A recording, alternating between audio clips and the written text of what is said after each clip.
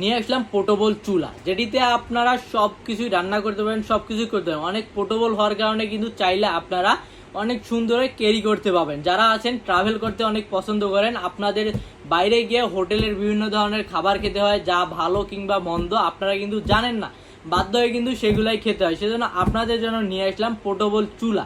চাইলে এটি আপনারা এক জায়গায় বহনও করতে পারেন, চাইলে আবার বাসায় টুকটাক কাজের জন্য অনেক সুন্দরভাবে ইউজ করতে পারবেন। এইরকম একটা পোর্টেবল চুলা থাকলে কিন্তু খারাপ হয় না।